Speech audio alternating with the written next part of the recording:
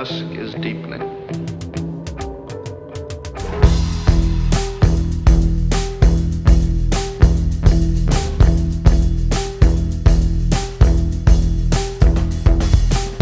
The searchlights are in position. The guns are ready. The People's Army of Volunteers is ready. They are the ones who are really fighting this war. Brokers, clerks, peddlers, merchants by day. They are heroes by night. I got here about 4 a.m. 20 past 7? 5 a.m. I got here at 6. Really tired.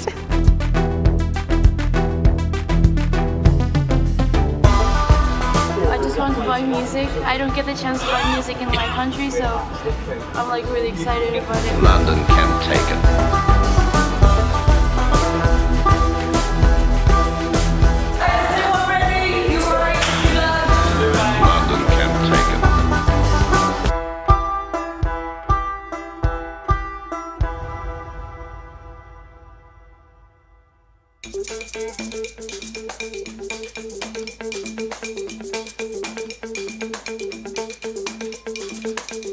Effectively, we split at the doors, and Ryan was like, can you try and get some of the albums, and I'll just kind of head for the singles. I mean, it helps when you have a visual, at least with me, visual cue, because everyone's like going up there and reading, you know, when an album looks like this with just the Columbia label, you're just like, oh, is that the... You have the image of it, you know, you can totally tell just by the design. We're giving away our trade secrets.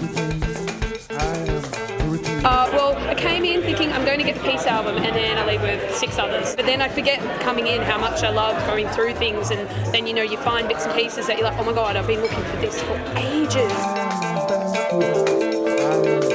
It's a bit of a geek thing, but for my 18th birthday I have my mates round, because you have to listen to it on 4 discs at the same time. So now we've got to get 4 record decks to actually do it, so we're going to hold another party, I think. I think it's really cool and it's really impressive actually seeing like so much interest and so many people queuing and like so much passion. When I woke up this morning, I said it feels like Christmas, but it's like Christmas for nerds. It's brilliant. Record Store Day is wicked. Just kind of celebrate records, you know, with people who love it just as much as you do. You can be a total geek, just geek out all day, you know. Loads of other people, and I'm not going to laugh at you, you know. I can come out of my dungeon and be like, cool, today's the day. I started this morning at Rough Trade at around about 8:30. I realised that the queue was far too long, I'm not going to get in there with Love Nor Money, so Boris biked it down this way to try and get involved here. We're just saying that we can't think of actually a better way to spend a day than having live music and then buying records and having some drinks. 1, 2, 1, 2, 3, well, I guess I should confess that I am. I've just done my first in-store of the day and I've got 2 more to go. I'm about to jump in a car and go to Berwick Street, where I think I'm playing outside Sister Ray, and then jump in a car again and drive down Kingston to Banquet Records, which in my opinion is the best record store in the universe. Mortgages and pension plans And there is a bunch of stuff I want to pick up today. In particular, the Hold Steady have got a new 7-inch out, which makes me go, because they're my favourite band and I have their lyrics tattooed on my back. I'm looking for Slayer Hello 8's record. Beef Clyro, Jimi Hendrix. Haim record? Yeah. Haim. Very weird limited edition 7 inches that are just out for Record Store Day. Won't shut up. Part of the joy of record stores generally and Record Store Day is browsing, you know. The physical thing of flicking through a rack of records is one of my favourite physical activities, and it's something that I think that people who don't go to record stores miss out on. I remember when I was totally broke and I didn't have any money to spend, I'd just go and flick through the racks a bit anyway because it feels nice.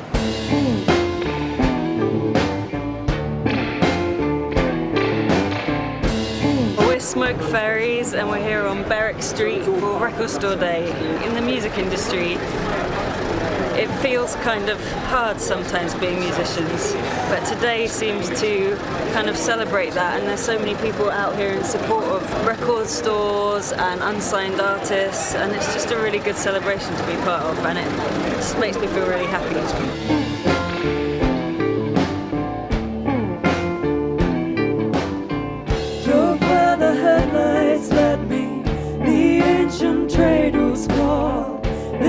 I was probably seven years old when I started going to the record shops, you know, so everyone's huge, you know, you're this tiny little kid, there's loads of punks in there, skinheads in there, all sorts of people, and but just to see all this music, you just wanted to know about all of it. It very quickly became an obsession with me. But it's just that moment of flicking through records and suddenly you see a tiny glimpse of the cover and you're like, oh my god, there it is, and you just want to pull it out and go like that and make sure no one else has seen it. The first single I bought with my own money was ABBA, Money, Money, Money. And the first album was Kings of the Wild Frontier, Adam and the Ants. Oh God. Gosh.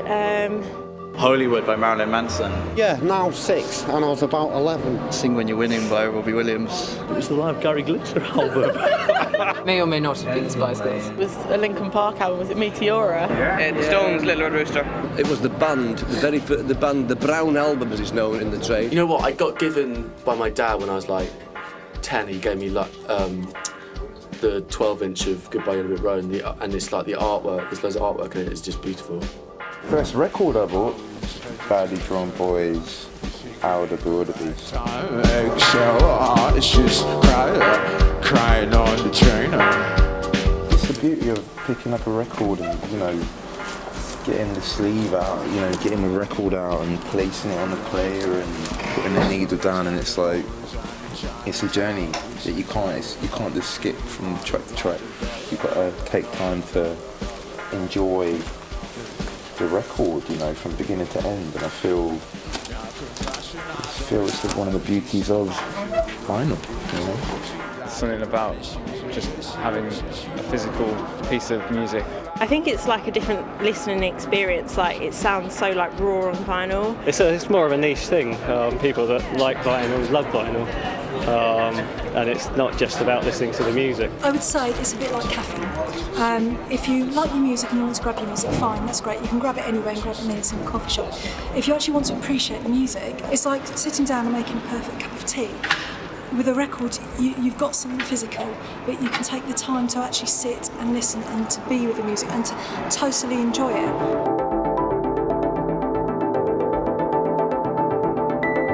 It's about kind of people re-engaging in what you know music is about as a kind of communal experience, and as a sort of, to a deeper extent, like a kind of a very important, you know, thing within your life, because I think it's been somewhat kind of cheapened in recent years. Whilst it's become more available, you know, it used to be a sacred thing that people would save up and focus on, and now there's so many distractions on people's time, and music's become a ringtone, it's become wallpaper. What I personally am interested in, and I think what record stores like Rough Trade are interested in, is about bringing back the kind of, you know, the more sort of soulful aspect of it, and the idea of owning something.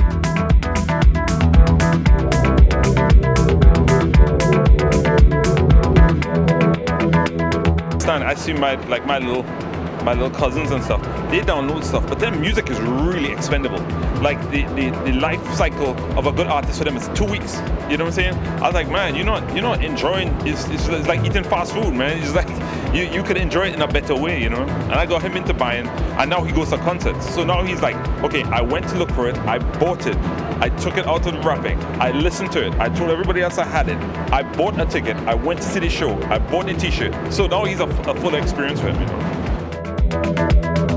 That was one of my favourite things as a kid, sitting on my bed listening to that album, but like reading the lyrics as well, seeing who wrote it, composed it, where it was mixed, engineered, just all those little details. I don't know if they can be communicated via like just downloading it, and this is what I'm worried about for my future sons and daughters, you know, how are they going to buy music in the future?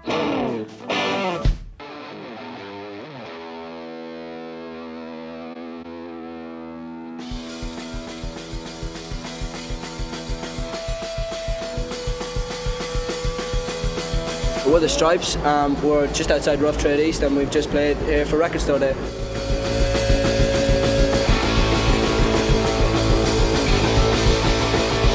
While in the heart of the city, where the alligator roams, I'm a little lost man, ain't got no place to go.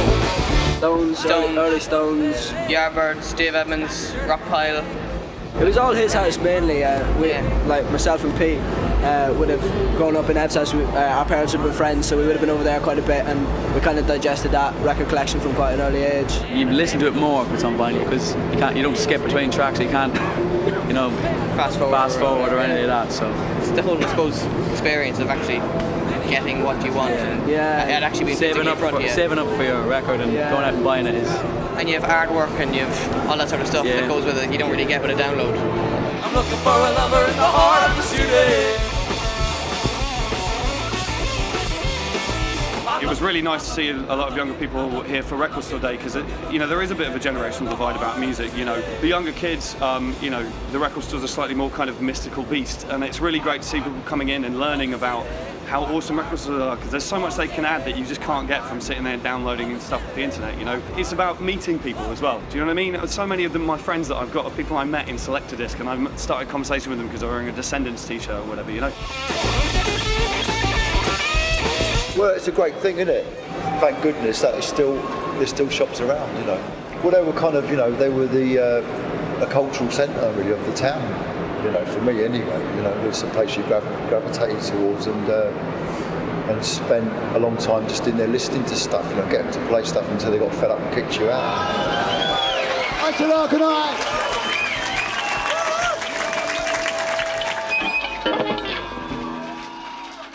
Independent record stores for me are pretty much like, I think they're the heart and soul of the industry, and you just look at the amount of people who want to get involved in the artists that want to get involved in Record Store Day and make music, record music, release music, collaborate with people, that kind of thing. They're so important because it's where music started in terms of where people could first to get their hands on music way back when, and to lose that I think would be such a shame. So I'm so happy that it has this kind of anniversary to remind people how important it is.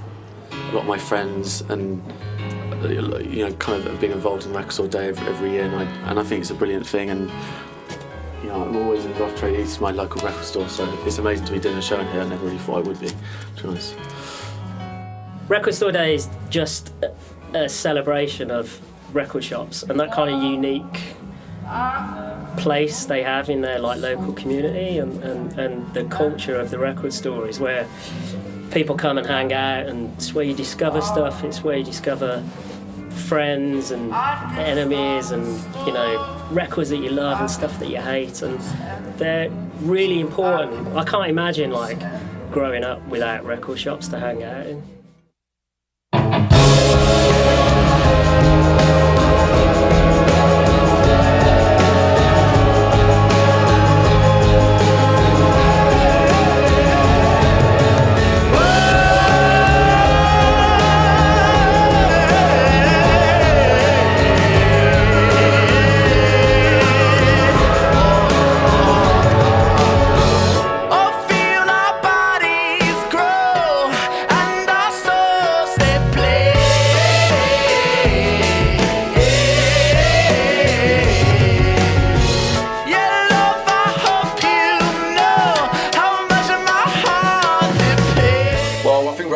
It's important to raise awareness because when we're out on the road travelling, there's a lot of time hanging around.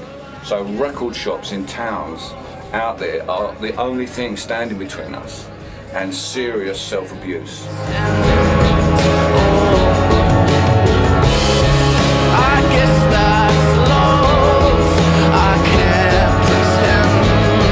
I can't pretend.